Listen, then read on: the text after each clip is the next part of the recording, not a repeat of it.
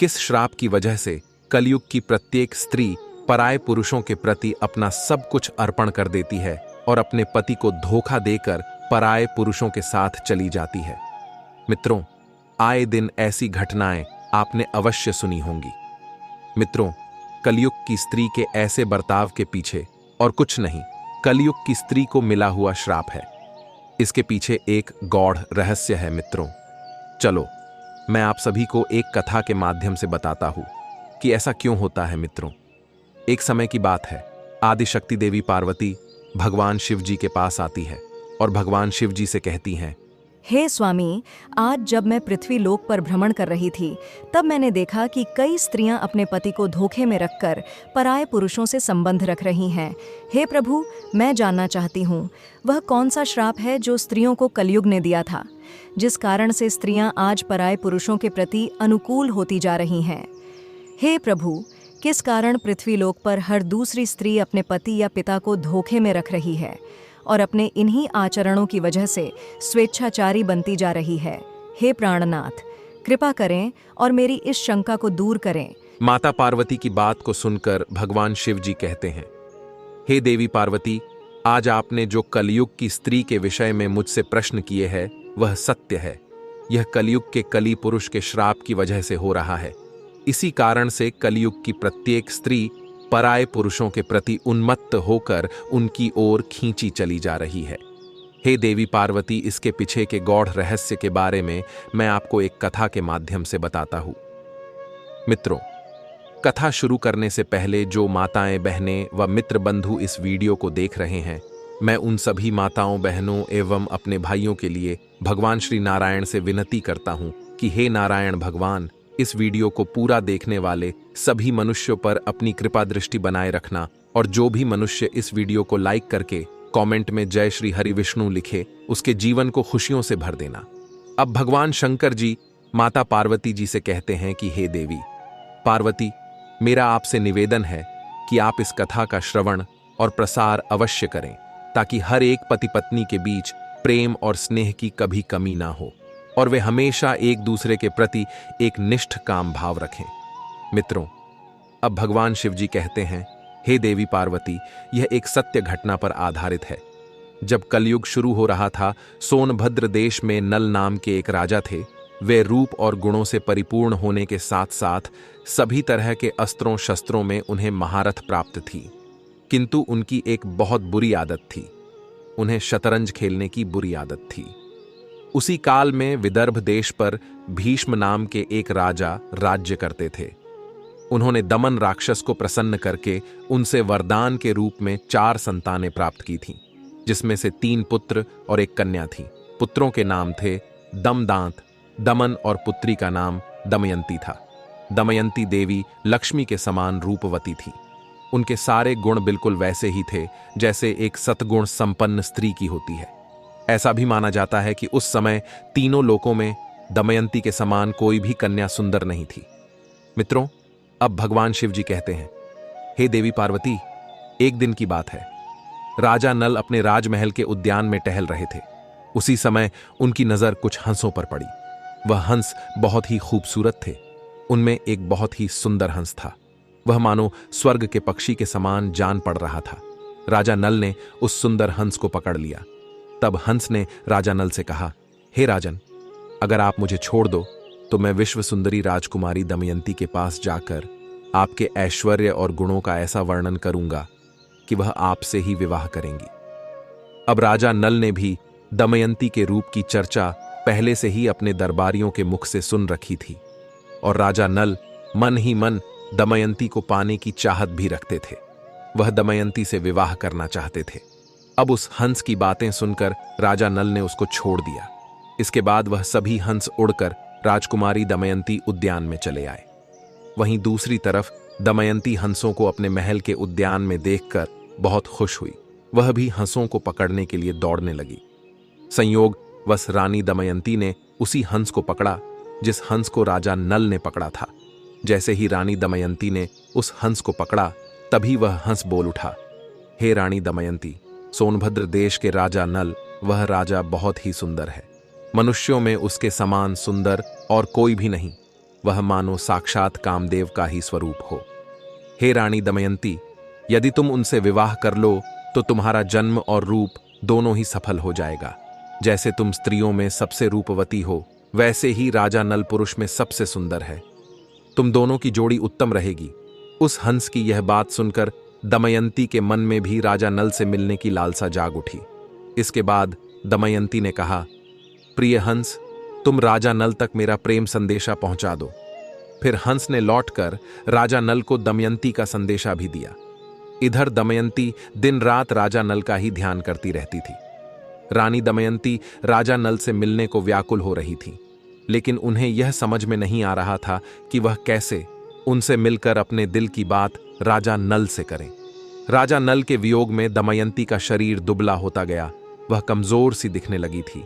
फिर कुछ दिनों के बाद राजा भीष्म ने सोचा कि अब मेरी पुत्री विवाह के योग्य हो गई है। राजा भीष्म ने अपनी इसी सोच के चलते दमयंती के स्वयंवर का आयोजन किया, जिसमें उन्होंने सभी देशों के राजाओं को स्वयंवर के लिए बुलाया। अब स्वयंवर का निमंत्रण मिलने के बाद सभी देश के राजा वहां पहुंचने लगे। उधर जब देवर्षि नारद से सभी देवताओं को भी दमयंती के स्वयंवर का समाचार मिला तो देवराज इंद्र और सभी लोकपाल विदर्भ देश के लिए निकल पड़े। इधर राजा नल को भी संदेशा भेजा गया था, तो वह भी तुरंत ही दमयंती के स्वयंवर के लिए चल पड़े। अब नल के रूप को देखकर इंद्र ने रास्ते में ही अपने विमान को खड़ा कर दिया। अपनी राह में राजा नल ने जब सभी देवताओं को देखा तो अपने रथ से राजा नल नीचे उतर गए और उन्होंने सबको प्रणाम किया। फिर देवराज इंद्र ने राजा नल से कहा, हे वत्स राजा नल, आप बहुत रूपवान और गुणवान हैं। कृपा करके आप हम लोगों के दूत बन जाइए और आप हमारे दूत बनकर दमयंती के पास चले जाइए और वहां पर कहिए कि हे सुंदरी दमयंती, इंद्र, वरुण, अग्नि, कुबेर और यम देवता तुम्हारे पास आकर तुमसे विवाह करना चाहते हैं। इनमें से तुम जिसे चाहो उस देवता को अपना पति स्वीकार कर लो। यह सुनने के बाद नल ने अपने दोनों हाथ जोड़ते हुए देवताओं से कहा कि हे प्रभु, मैं एक दूत बनकर वहां कैसे जा सकता हूं, जबकि मेरा और आप लोगों का वहां जाने का एक ही उद्देश्य है। इसीलिए मैं आपका दूत बनकर वहां नहीं जा सकता। आप लोग मुझे क्षमा कीजिए। तब देवताओं ने कहा, हे नल, तुम देवताओं का कहां टाल रहे हो? फिर सोच लो। देवराज इंद्र की ऐसी कठोर वाणी सुनकर राजा नल देवताओं के दूत बनने को तैयार हो गए और उन्होंने देवराज इंद्र की आज्ञा से राजमहल में प्रवेश किया। राजा नल के महल में प्रवेश करते ही दमयंती और उसकी सहेलियां भी नल के रूप को देखकर मुग्ध हो गईं और शर्म के मारे कुछ न बोल पा रही थी। तब नल ने कहा, मैं यहां देवताओं का दूत बनकर आया हूं।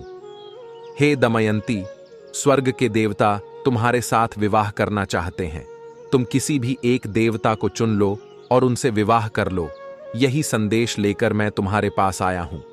मैं यहां आज कोई राजा बन के तुम्हारे पास नहीं आया हूं। मैं आज यहां का दूत बन के आया हूं और देवताओं के प्रभाव से मैंने तुम्हारे महल में प्रवेश किया है, इसलिए मुझे कोई देख नहीं पाया। मैंने तुम तक देवताओं का संदेश पहुंचा दिया है। अब तुम्हारी जो इच्छा हो वो करो। मित्रों, भगवान शिव जी कहते हैं, हे देवी पार्वती।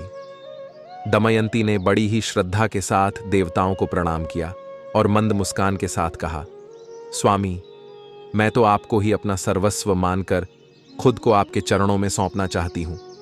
जिस दिन से मैंने हंसों की बात सुनी है, तब से मैं आपसे मिलने के लिए व्याकुल हो रही हूं। आपके लिए ही मैंने राजाओं की भीड़ इकट्ठी की है। यदि आप मुझ दासी की प्रार्थना अस्वीकार कर देंगे तो मैं आपकी कसम खाकर कहती हूं, मैं जहर खाकर मर जाऊंगी। दमयंती के मुख से ऐसी बातें सुनकर राजा नल ने कहा, हे देवी, जब बड़े बड़े लोकपाल देवता आपसे विवाह करना चाहते हैं तो फिर आप मुझ मनुष्य से क्यों वर्ण करना चाहती हैं? मैं तो इन देवताओं के चरणों की धूल के बराबर भी नहीं हूं। आप उन्हीं में से किसी एक से विवाह कर लीजिए। देवताओं का अप्रिय करने पर इंसान की मृत्यु भी हो सकती है। अतः आप मेरी रक्षा करें और उनका वर्ण कर लें। नल की यह बात सुनकर दमयंती घबरा गई। उसकी आंखों से आंसू छलकने लगे और वह मंद स्वर में बोली, मैं आपको वचन देती हूं कि मैं आपको ही पति के रूप में वर्ण करूंगी और किसी को नहीं। तब राजा नल ने कहा, परंतु इस समय मैं यहां देवताओं का दूत बनकर आया हूं। अगर इस समय में मैं अपने स्वार्थ की बात करने लगूं तो यह बात सही नहीं होगी। मैं तुमसे विवाह कर सकता हूं, लेकिन जब वह धर्म के विरुद्ध ना हो। तभी राजकुमारी बोली, इसके लिए मेरे पास एक उपाय है। उसके अनुसार काम करने पर आपको दोष भी नहीं लगेगा और हमारा विवाह भी संपन्न हो जाएगा। अब दमयंती राजा नल से कहती है कि देखिए, उपाय यह है कि आप सभी अन्य राजाओं के साथ स्वयंवर मंडप में आए और मैं आपको ही वरमाला डाल दूंगी। रानी दमयंती की यह बात सुनकर राजा नल वापस देवताओं के समक्ष पहुंच गए और देवताओं के पूछने पर उन्होंने बताया कि वे रानी के पास तो दूत बनकर ही गए थे, लेकिन रानी दमयंती और उनकी सखियां सभी मुझ पर ही मोहित हो गई हैं और आप लोगों के प्रस्ताव को उनके सामने रखने के बाद भी वे मुझे ही वरण करना चाहती हैं। अब कुछ समय बाद स्वयंवर की घड़ी आ ही गई। राजा भीष्म ने सभी को स्वयंवर सभा में बुलाया। सभी राजा अपने अपने स्थान पर आकर बैठ गए। जब सभी राजा अपनी अपनी जगह पर बैठ गए, तभी दमयंती भी आ गई। सभी राजाओं का परिचय दिया जाने लगा। तभी एक कतार में दमयंती को एक ही स्थान पर नल के समान हूबहू दिखने तथा वैसे ही वेशभूषा वाले 5 राजकुमार खड़े दिखाई दिए। तब वह हैरान हो गई और मन ही मन विचार करने लगी कि इन 5 में से राजा नल को अब मैं कैसे पहचानूंगी। अब रानी दमयंती समझ गई कि यह देवताओं की रची गई माया है। कुछ समय के बाद अंत में दमयंती ने निश्चय किया कि इस समस्या से बाहर निकलने के लिए मुझे कुछ करना होगा। तब उसने कुछ सोचा और वह देवताओं से ही सहायता मांगने लगी और अपने हाथ जोड़कर देवताओं की स्तुति करने लगी। और रानी दमयंती कहने लगी, हे देवताओं, हंस के मुंह से नल का वर्णन सुनकर मैंने उन्हें ही पति के रूप में वर्ण कर लिया था और उन्हीं को पाने के लिए मैंने यह स्तुति शुरू की है। हे देवताओं, मुझ पर कृपा करें। आप लोग अपने साक्षात रूप में आ जाइए, जिससे मैं राजा नल को पहचान सकूं। देवताओं ने प्रसन्न होकर उसे ऐसी शक्ति दी जिससे वह देवता और मनुष्य में अंतर कर सके। तत्पश्चात वह राजा नल के गले में माला डालकर उन्होंने नल का वर्ण कर लिया। अब इधर स्वयंवर पूरा होने के बाद देवता वापस स्वर्ग की ओर जाने लगे। उसी समय उनको मार्ग में कलयुग और द्वापर युग से भेंट हो जाती है। तब इंद्र ने पूछा, हे कलयुग, कहाँ जा रहे हो? तब कलयुग ने कहा, मैं दमयंती के स्वयंवर में उससे विवाह करने के लिए जा रहा हूं। कलयुग की इस बात को सुनकर देवलोक के राजा इंद्र ने बताया, अरे कलयुग, स्वयंवर तो कब का पूरा हो गया। दमयंती ने राजा नल का वर्णन भी कर लिया है। हम सब लोग तो बस देखते ही रह गए। यह सुनकर कलयुग बोला, यह तो अनर्थ हो गया। उसने देवताओं का घोर अपमान किया है, इसीलिए उसे इस अपराध का दंड अवश्य मिलना चाहिए। तभी देवताओं ने कहा, दमयंती ने हमारी आज्ञा प्राप्त करके ही नल को वर्ण किया है। हे कलयुग, वास्तव में नल सर्वगुण संपन्न और उसके योग्य वर है। राजा नल धर्म के बहुत बड़े झाता हैं, इसीलिए पुण्यवान ब्राह्मण को श्राप देना नरक में गिरने के समान है और यह एक महापाप भी है। मित्रों, भगवान शिव कहते हैं, हे देवी पार्वती। ऐसा कहकर देवता आगे बढ़ गए, लेकिन कलयुग और द्वापर इसी विषय पर बात कर रहे थे।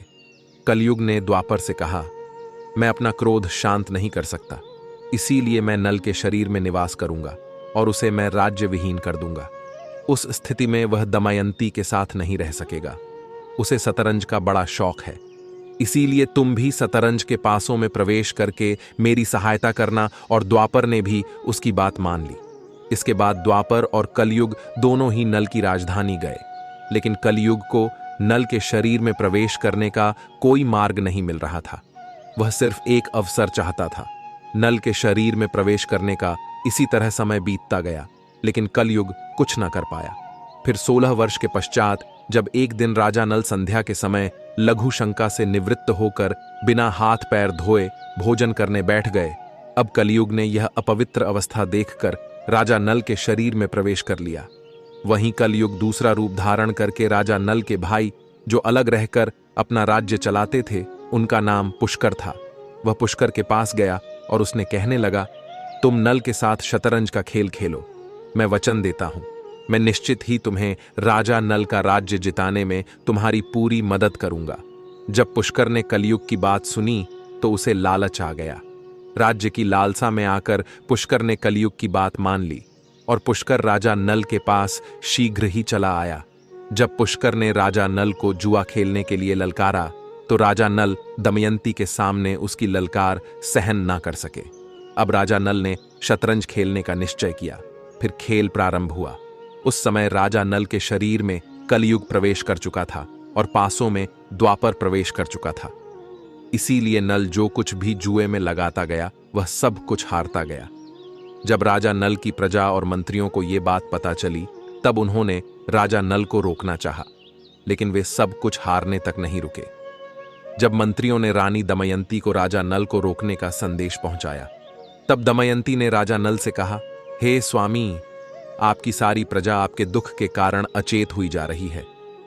इतना कहकर दमयंती भी रोने लगी, लेकिन राजा नल कलयुग के वश में होने के कारण उसकी एक बात भी नहीं सुन पा रहे थे और शतरंज खेलते रहे। द्वापर का पासों पर नियंत्रण था, इसलिए राजा नल जो भी पासे फेंकते थे वह पाशे उनके प्रतिकूल ही पड़ते थे। जब दमयंती ने यह सब देखा तो राजा नल के सारथी को बुलाकर बच्चों को रथ में बिठाकर कुंडी नगर को भेज दिया। इसके बाद पुष्कर ने राजा नल का सारा धन शतरंज के खेल में जीत लिया था। अब राजा नल के पास शतरंज में लगाने के लिए और कुछ नहीं था। अब पुष्कर बोला, क्या तुम्हारे पास दांव पर लगाने के लिए कुछ और भी है? अगर तुम दमयंती को दांव पर लगाने के लायक समझो तो उसे भी लगा सकते हो। बदले में मैं तुम्हें सब कुछ वापस लौटा दूंगा। लेकिन राजा नल ने दमयंती को दांव पर नहीं लगाया। जब राजा नल शतरंज हार गए तो सब कुछ हारने के बाद राजा नल और दमयंती जंगल जंगल भटकने लगे। राजा नल और रानी दमयंती की हालत यह हो गई थी कि उन्हें भोजन तक नसीब नहीं होता था। एक दिन राजा नल के साथ एक विचित्र घटना हुई। उनके सामने कई पक्षी उनके पास आकर बैठ गए। उन पक्षियों के पंख सोने के समान चमक रहे थे। नल ने सोचा कि अगर मैं इन पक्षियों के पंख प्राप्त कर लूं तो इनसे कुछ धन मिल सकता है। ऐसा सोचकर उन्हें पकड़ने के लिए राजा नल ने उन पर अपने पहने हुए वस्त्र उतारकर उन पर डाल दिए, लेकिन वह सभी पक्षी उनके वस्त्र भी लेकर उड़ गए। असल में वे पक्षी नहीं थे। राजा के पास जो राजसी वस्त्र थे वे कलयुग पक्षी बनकर उसे भी छीनने को आया था। नल अब अर्धनग्न होकर बड़ी ही खिन्नता के साथ ऊपर देखते रह गए और मायूस होकर वह दमयंती के पास आ पहुंचा और उसे सामने के मार्ग दिखाने लगा। दमयंती, तुम देख रही हो यहां बहुत से रास्ते हैं। यहां एक रास्ता अवंती की ओर जाता है, दूसरा रास्ता होकर दक्षिण देश को जाता है, सामने विंध्याचल पर्वत है और यह कौशल देश का मार्ग है।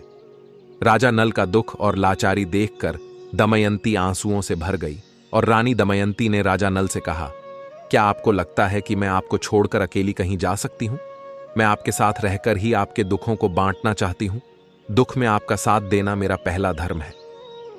अब रानी दमयंती ऐसा कहकर राजा नल के मन के दुखों को हल्का कर देती है।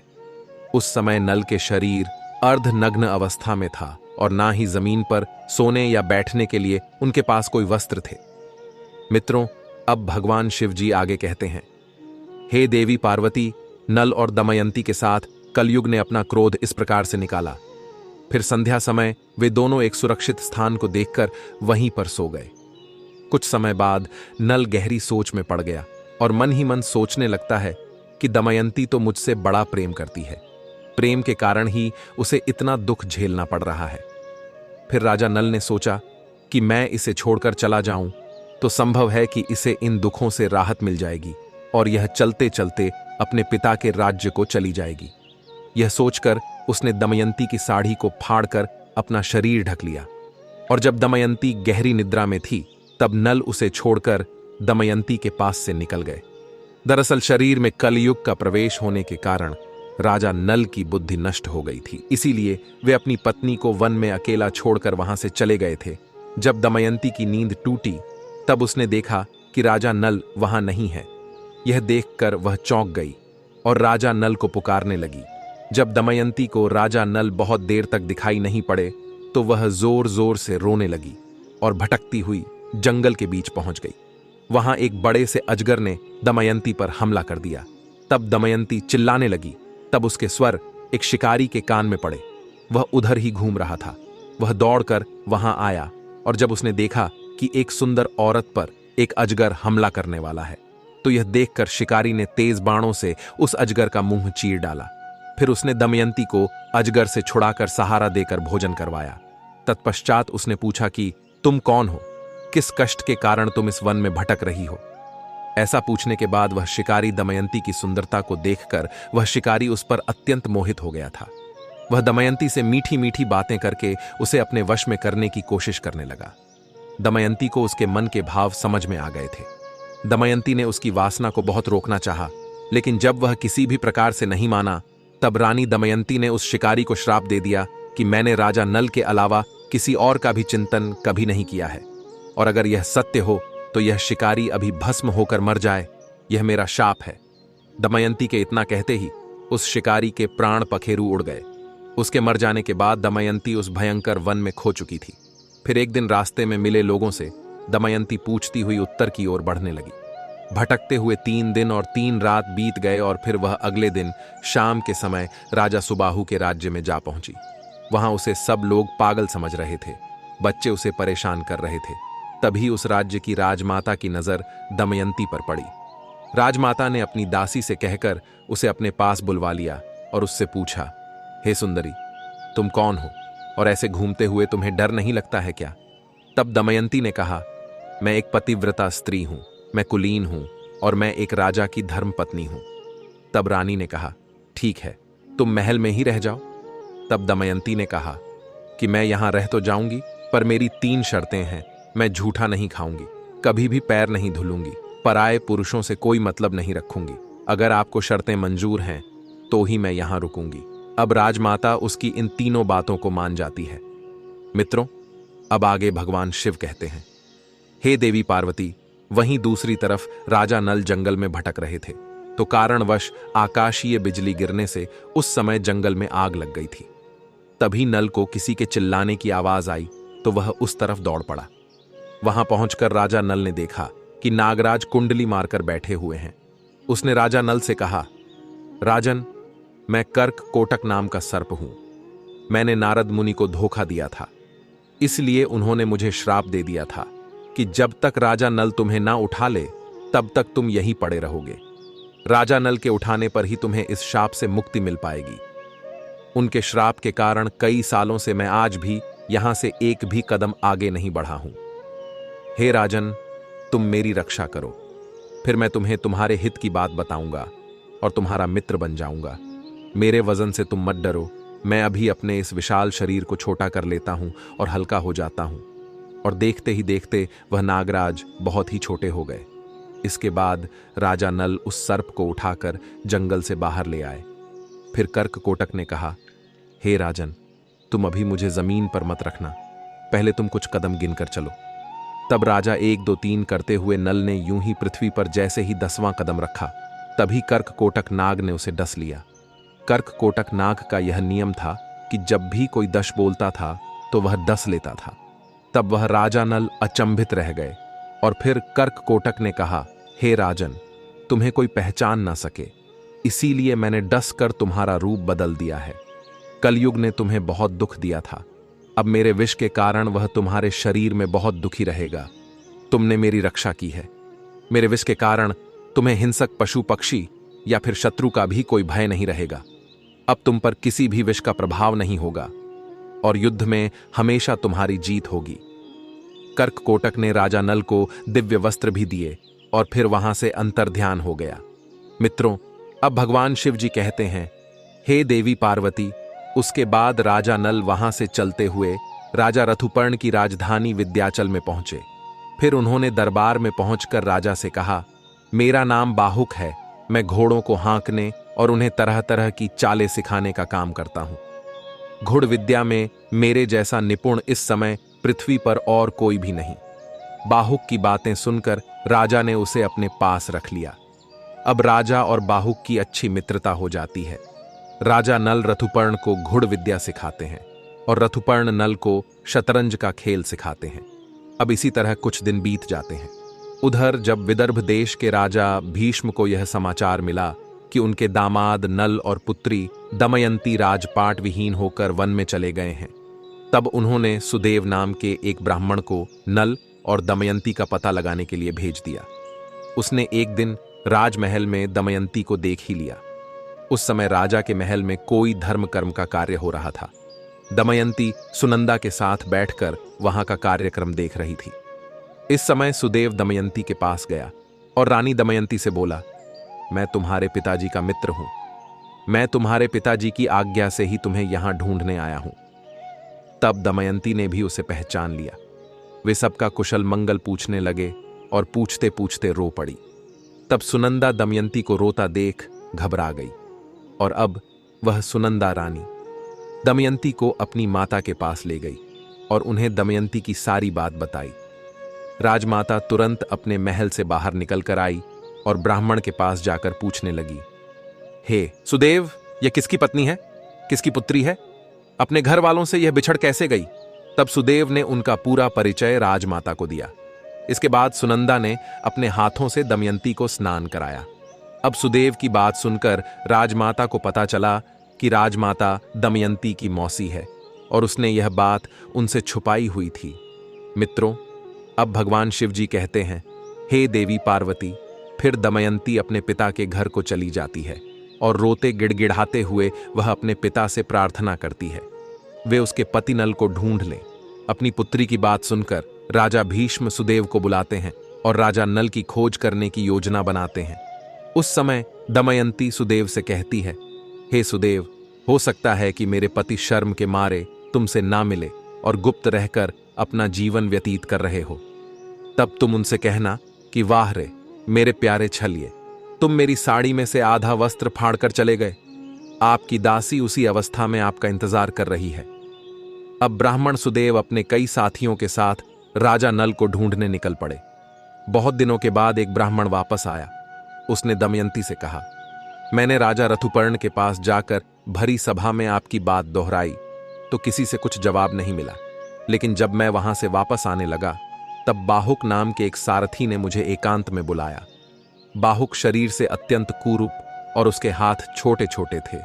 वह लंबी लंबी सांस लेकर रोता हुआ मुझसे कहने लगा, उच्च कुल की स्त्रियों के पति उन्हें छोड़ भी देते हैं तो फिर भी वे अपने परिवार की रक्षा करती हैं। क्या मतिभ्रष्ट करने वाला पुरुष उस समय विपत्ति के कारण दुखी और अचेत था, इसीलिए उस पर क्रोध करना उचित नहीं समझा। जब वह अपनी प्राण रक्षा के लिए जीविका चला रहा था तब पक्षी भी उसके वस्त्र लेकर उड़ गए। जब ब्राह्मण ने इन बातों को दमयंती से कहा तब उसकी आंखों में आंसू भर गए। रोते हुए उसने अपनी माता को सारी बात बताई। तब दमयंती की माता ने कहा कि यह बात वह अपने पिता से ना कहें, मैं सुदेव ब्राह्मण को इस काम के लिए भेजती हूं। तब दमयंती ने सुदेव से कहा, हे सुदेव, आप जल्द से जल्द विंध्याचल नगरी पहुंचे और वहां पहुंचकर राजा ऋतुपर्ण से कहना कि दमयंती फिर से स्वयंवर करके अपने पति का चुनाव करना चाहती है। वहां बड़े बड़े राजा और राजकुमार आ रहे हैं और स्वयंवर की तिथि कल ही है, इसीलिए अगर आप पहुंच सके तो वहां चले आइए। जीने अथवा मरने का किसी को पता नहीं है, इसीलिए राजकुमारी दमयंती कल शाम से पहले ही पति का वर्णन करेगी।